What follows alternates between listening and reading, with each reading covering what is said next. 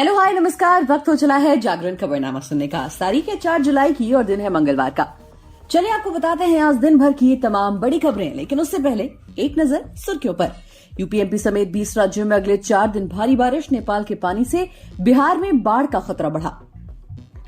भाजपा ने पंजाब, आंध्र, तेलंगाना और झारखंड के अध्यक्ष बदले। चुनावी राज्य तेलंगाना जी किशन रेड्डी और कांग्रेस से आए सुनील जाखड़ पंजाब संभालेंगे।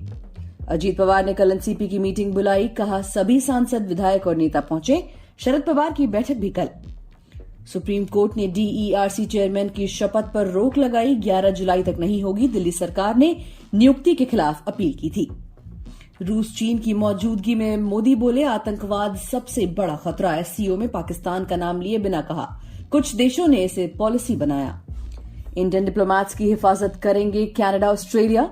भारत की सख्ती के बाद दोनों देश बोले उन्हें पूरी सिक्योरिटी मुहैया कराई जाएगी। 6 जुलाई को लॉन्च होगा थ्रेड। मेटा का ये ऐप ट्विटर को टक्कर देगा। ऐप के कारण मस्क और जुकरबर्ग के बीच केज फाइट। आरपीएससी के खिलाफ केस करना कैंडिडेट को पड़ा भारी। हाईकोर्ट ने लगाया 10,000 का जुर्माना। अमेरिका में शूटिंग के दौरान घायल हुए शाहरुख खान, नाक और चेहरे पर आई चोट, मुंबई लाए गए। ब्रिजभूषण केस में नाबालिग पहलवान ने बयान क्यों बदला? दिल्ली कोर्ट ने पिटिशनर और उसके पिता से 1 अगस्त तक मांगा जवाब। अब खबरें विस्तार से। मानसून पूरे देश में आ चुका है। अगले 4 दिन यूपी, एमपी समेत 20 राज्यों में भारी बारिश का अलर्ट जारी किया गया है। आईएमडी के मुताबिक अब तक देश में सामान्य से 8% कम बारिश हुई है। वहीं उत्तर पश्चिम भारत में सामान्य से 40% ज्यादा बारिश हुई। दक्षिण भारत में सामान्य से 43% कम हुई। मध्य भारत में 4% कम बारिश हुई। पूर्वी और पूर्वोत्तर भारत में 16% कम बारिश हुई। उधर बिहार में नेपाल से आने वाले पानी के चलते बाढ़ का खतरा मंडरा रहा है। बिहार में बिजली गिरने से 3 लोगों की मौत हो गई। वहीं यूपी में झमाझम बारिश के बीच प्रधानमंत्री नरेंद्र मोदी का कुशीनगर दौरा रद्द हो गया। पीएम 7 जुलाई को यहां आने वाले थे। वहीं देश में 5 राज्यों में होने वाले विधानसभा और अगले साल लोकसभा चुनाव को देखते हुए भाजपा ने 4 राज्यों में प्रदेश अध्यक्ष बदल दिए हैं। पंजाब, आंध्र प्रदेश, तेलंगाना और झारखंड में बदलाव हुआ है। कांग्रेस से आए सुनील जाखड़ को पंजाब, आंध्र में डी पुरेंदेश्वरी, तेलंगाना जी किशन रेड्डी और झारखंड में बाबूलाल मरांडी को अध्यक्ष बनाया गया है। प्रधानमंत्री नरेंद्र मोदी ने सोमवार को प्रगति मैदान के कन्वेंशन सेंटर में मंत्रिमंडल सहयोगियों के साथ 5 घंटे लंबी बैठक की थी। पीएम ने मजाकिया अंदाज में यह भी कहा था कि जनता की सेवा का संकल्प हो तो उसे पूरा करने के लिए किसी पद की जरूरत नहीं है। मीटिंग में पिछले 4 साल के दौरान विभिन्न मंत्रालयों के कामकाज को लेकर भी चर्चा हुई। आम चुनाव में 1 साल से भी कम समय बचा है, इसलिए प्रधानमंत्री ने अपने मंत्रियों से बचे हुए कामों को युद्ध स्तर पर पूरा करने के लिए कहा है। वहीं महाराष्ट्र में शिवसेना के बाद अब एनसीपी भी 2 गुटों में बंट गई है। पहला शरद पवार गुट और दूसरा अजीत पवार गुट। दोनों ने अपनी ताकत दिखाने के लिए कल यानी बुधवार को बैठक बुलाई है। 2 जुलाई को 8 विधायकों के साथ शपथ लेने के बाद अजीत पवार और बाकी बागियों को शरद पवार ने एनसीपी से निकाल दिया था। इसके बाद अजीत पवार ने अपनी नई पार्टी बना ली। अजीत ने मंगलवार को मुंबई में मंत्रालय के सामने अपने नए पार्टी दफ्तर का ऐलान किया और मुख्यमंत्री एकनाथ शिंदे की कैबिनेट मीटिंग में भी शामिल हुए। इसके बाद अजीत पवार ने सभी एनसीपी सांसदों, विधायकों, विधानसभा परिषद के सदस्यों, पार्टी पदाधिकारियों और नेताओं को मंगलवार को बांद्रा के एमईटी पहुंचने को कहा है। शरद पवार ने भी मंगलवार को वाईबी चौहान सेंटर यानी कि एनसीपी दफ्तर में पार्टी की मीटिंग की। इसमें कार्यकारी अध्यक्ष सुप्रिया सुले मौजूद रहीं। बुधवार को भी यही मीटिंग होगी। एनसीपी के दोनों गुटों के अलावा शिवसेना, उद्धव ठाकरे गुट वाली और कांग्रेस ने भी बैठकें बुलाई। वहीं सुप्रीम कोर्ट ने मंगलवार को दिल्ली इलेक्ट्रिसिटी रेगुलेटरी कमीशन के chairman retired justice Umesh Kumar का शपथ ग्रहण 1 हफ्ते के लिए टाल दिया है। सुप्रीम कोर्ट ने केंद्र और एलजीवी के सक्सेना को नोटिस जारी किया है। दिल्ली सरकार ने उमेश कुमार की डीईआरसी चेयरमैन के तौर पर नियुक्ति को चैलेंज किया था। कोर्ट इस मामले में अगली सुनवाई 11 जुलाई को करेगी। तब तक शपथ ग्रहण नहीं किया जा सकेगा।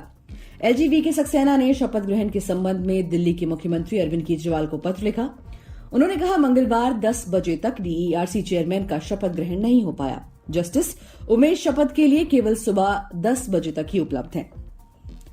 वहीं प्रधानमंत्री Narendra Modi Shanghai cooperation summit की वर्चुअल समिट को होस्ट कर रहे हैं। इसमें पाकिस्तान के प्रधानमंत्री शहबाज शरीफ, चीन के राष्ट्रपति शी जिनपिंग और रूस के राष्ट्रपति व्लादिमीर पुतिन शामिल हुए। पीएम मोदी ने कहा, कुछ देश आतंकवादियों को पनाह देते हैं, ये क्षेत्रीय शांति के लिए बड़ा खतरा है। आतंकवाद पर दोहरे मापदंड के लिए कोई जगह नहीं है। पीएम मोदी ने ईरान के एससीओ में शामिल होने की घोषणा भी की। उन्होंने ईरान के राष्ट्रपति इब्राहिम रईसी और देश की जनता को इसके लिए बधाई दी। प्रधानमंत्री ने कहा, भारत का सिद्धांत पूरा विश्व एक परिवार है, हम एससीओ को भी अपना परिवार मानते हैं। वहीं कनाडा में इंडियन डिप्लोमेट्स पर हमले की धमकी देने वाले खालिस्तान समर्थकों पर लगाम कसी जाएगी। कनाडा की फॉरेन मिनिस्टर मेलेनी जोली ने मंगलवार को कहा कि हम भी वियना कन्वेंशन का हिस्सा हैं, लिहाजा भारत के डिप्लोमेट्स की सिक्योरिटी के मामले को भी बहुत गंभीरता से लिया जा रहा है। इसके बाद ऑस्ट्रेलियाई विदेश मंत्रालय ने भी बिल्कुल यही बयान जारी किया। सोमवार को हमारे विदेश मंत्री डॉक्टर एस जयशंकर ने अपने डिप्लोमेट्स पर हमले की धमकी को लेकर सख्त रुख अपनाया था। उन्होंने कनाडा, अमेरिका और ब्रिटेन से साफ कहा था कि खालिस्तान समर्थकों को किसी भी तरह नाजायज छूट नहीं दी जानी चाहिए। वहीं मेटा के मालिक मार्क जुकरबर्ग का इंस्टाग्राम एक नए ऐप पर काम कर रहा है। एलन मस्क के ट्विटर को टक्कर देगा। इसका नाम थ्रेड है, जो 6 जुलाई को लॉन्च होगा। लॉन्च से पहले ऐप एप्पल स्टोर पर दिखाई दिया है। अपकमिंग थ्रेड्स एक टेक्स्ट बेस्ड कन्वर्जन ऐप होगा। जैसे ट्विटर में कैरेक्टर लिमिट है, वैसे ही थ्रेड में भी होगी। ऐप स्टोर पर मौजूद डिटेल से पता चलता है कि यूजर्स अपने इंस्टाग्राम अकाउंट का इस्तेमाल करके थ्रेड्स में लॉग इन कर सकेंगे। यूजर इंस्टाग्राम पर जिसे फॉलो करते हैं, उन्हें थ्रेड पर भी फॉलो कर सकेंगे। इसके अलावा थ्रेड्स ऐप की कोई और डिटेल्स अभी तक सामने नहीं आई है। इस साल जनवरी से प्रोजेक्ट 92 के तहत मेटा इस ऐप को डेवलप कर रहा है। वहीं राजस्थान लोक सेवा आयोग के विरुद्ध तथ्यहीन याचिका दायर करने वाले कैंडिडेट्स के विरुद्ध माननीय उच्च न्यायालय जोधपुर द्वारा 10,000 रुपए का जुर्माना लगाया गया है। आयोग के विशेषाधिकारी चेतन त्रिपाठी ने बताया कि SSB civil writ petition Vikram Saini बनाम राजस्थान लोक सेवा आयोग में ये फैसला सुनाया। विक्रम सैनी ने उप निरीक्षक प्रतियोगी परीक्षा 2016 को लेकर याचिका दायर की थी। इसमें अभ्यर्थी द्वारा आयोग पर उक्त परीक्षा में उत्तर पुस्तिका मूल्यांकन के संबंध में तथ्यहीन आरोप लगाए गए थे। इस पर कोर्ट द्वारा याचिका को खारिज करते हुए अभ्यर्थी पर 10,000 रुपए का जुर्माना लगाया गया। याचिकाकर्ता को इस राशि के आयोग के पक्ष में डीडी के माध्यम से जमा करवाना होगा। उक्त राशि जमा नहीं करवाने पर अभ्यर्थी के 2 वर्ष तक आयोग द्वारा आयोजित सभी परीक्षाओं में विवर्जित करने के आदेश भी न्यायालय द्वारा प्रदान किए गए हैं। मनोरंजन जगत की बात करें तो शाहरुख खान पिछले कुछ दिनों से अमेरिका के लॉस एंजलिस में अपनी अपकमिंग फिल्म की शूटिंग कर रहे थे। शूटिंग के दौरान हुए हादसे से शाहरुख खान घायल हो गए हैं। उनकी नाक और चेहरे में गहरी चोट आई है। हादसे के बाद खून रोकने के लिए शाहरुख को अमेरिका में ही एक माइनर सर्जरी करानी पड़ी। एक रिपोर्ट के मुताबिक हालत में थोड़ा सुधार होने के बाद उन्हें मुंबई वापस लाया गया है। 31 साल के इस लंबे करियर में शाहरुख खान कई बार शूटिंग के दौरान चोटिल हुए हैं। 2017 में रईस की शूटिंग के दौरान उनकी घुटने और चेहरे में चोट लग गई थी, जिसके बाद उन्हें माइनर सर्जरी करवानी पड़ी थी। 2013 में फिल्म चेन्नई एक्सप्रेस की शूटिंग खत्म हो जाने के बाद उन्हें आर्ट सर्जरी करवानी पड़ी थी। 2009 में भी चोट लगने पर उनके बाएं कंधे की सर्जरी हुई थी। खेल जगत की बात करें तो भारतीय कुश्ती संघ के पूर्व अध्यक्ष बृजभूषण शरण सिंह के खिलाफ नाबालिग पहलवान के बयानों पर दर्ज केस की क्लोजर रिपोर्ट पर मंगलवार को दिल्ली की राउज एवेन्यू कोर्ट में सुनवाई हुई। कैंसलेशन रिपोर्ट पर चर्चा के बाद कोर्ट ने बयान बदलने पर नाबालिग पहलवान और उसके पिता को नोटिस जारी कर बयान बदलने की वजह पूछी है। कोर्ट ने 1 अगस्त तक जवाब मांगा है। इस दौरान जज ने कहा कि कोर्ट नाबालिग का पक्ष जानना चाहता है। नाबालिग के पक्ष आने के बाद ही कोर्ट केस को रद्द करने का फैसला लेगा। कुछ दिन पहले नाबालिग पहलवान ने कोर्ट में भी अपने बयानों को बदलते हुए कहा था कि मामला यौन शोषण का नहीं, भेदभाव का है। उसने झूठी शिकायत दी थी। इस पर दिल्ली पुलिस को 15 जून को कोर्ट में कैंसलेशन रिपोर्ट दायर की थी। इसमें कहा था कि जांच में यौन शोषण के कोई सबूत नहीं मिले हैं, इसलिए इस केस को बंद कर रहे हैं।